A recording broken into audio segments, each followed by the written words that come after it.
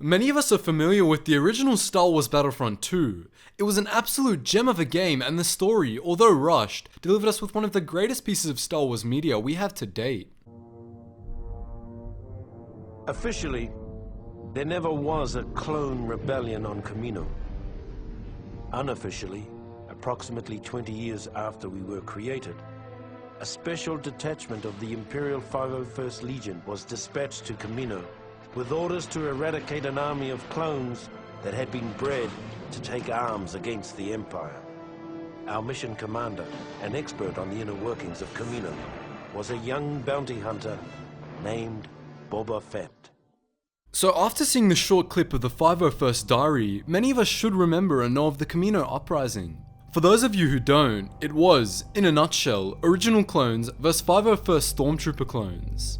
This clone uprising, instigated by rogue Kaminoans, was of course quickly crushed by Boba Fett and Vader's fist, leading to the final remnants of the genetically identical clones to be obliterated. But what if this wasn't the case, and the clones somehow managed to pull off a victory against the 501st?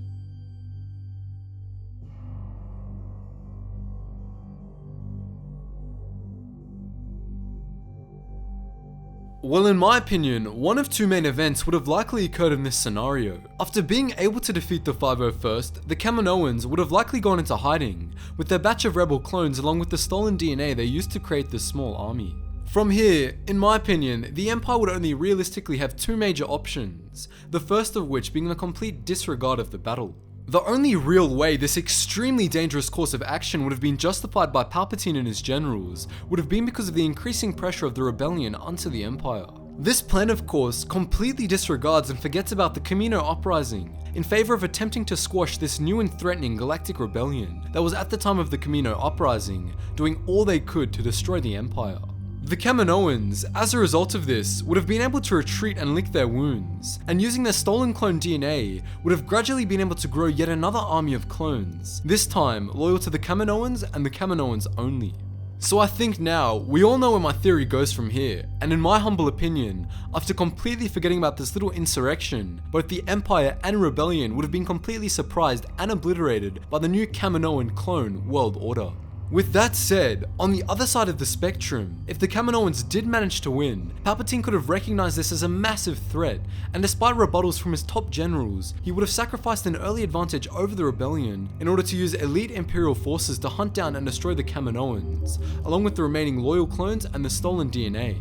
This path, although hindering the Empire in the short term and opening up many opportunities for the rebellion to successfully attack key Imperial positions, would have ultimately been beneficial in the long term for the entire galaxy, and would have likely stopped universal Kaminoan dominance. So that about sums up both my theories on what I think would have happened if the Kaminoans actually won the uprising.